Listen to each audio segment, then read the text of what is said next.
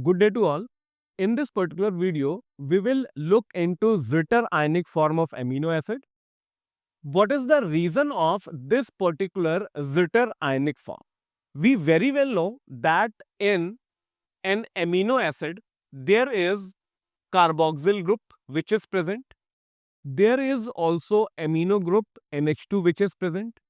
There is variable R group and there is hydrogen atom. So this is the structure of amino acid. Now it will have carboxylic acid. This particular group will be ionizable, and this amino group, this group is also ionizable. Due to the ionizable nature of NH2 and COH groups, if we put amino acids in solutions of different pH, then the structure of amino acid changes. Let us look into these structures. If we see the structure A, here we see that instead of NH2, here NH3 plus is present. So this is NH3 plus which is written. In the structure C, if we see, then CO minus is present. So here one hydrogen atom has been lost and here one hydrogen has been added over here. So it has negative charge and this structure has positive charge.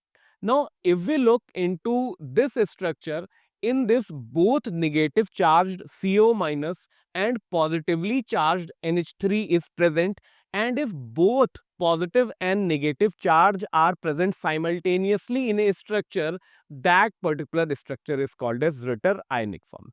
So here A and C, these are not Zwitter ionic forms. Only B is the structure which is Zwitter ionic form.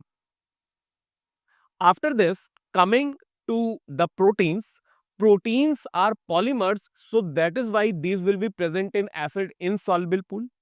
Proteins are polymers of amino acids which will be joined by peptide bonds. Peptide bond is formed by the reaction of NH2 group with COH group, and in this one water molecule will be eliminated. So this will be an example of dehydration reaction. Proteins are always heteropolymers. So there is no protein which is an example of homopolymer. All proteins will have different amino acids. So all proteins are heteropolymers. Talking of the examples, then one very common protein is collagen. Collagen is the most abundant protein in animal world. Same protein, if we see in plant world, most abundant one, then it is rubisco, that is ribulose bisphosphate carboxylase oxygenase.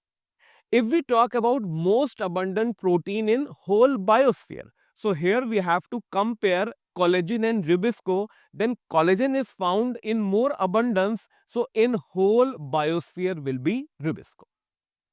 After this, we will look into some examples of proteins and their functions. The first protein is collagen, that we talked about, that it is the most abundant protein in animal world. The function is it functions as intercellular ground substance.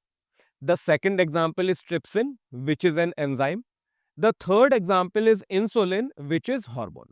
The thing to be noted here is that we are talking about insulin, we are not talking about inulin, because inulin was a polysaccharide, but insulin is an example of protein.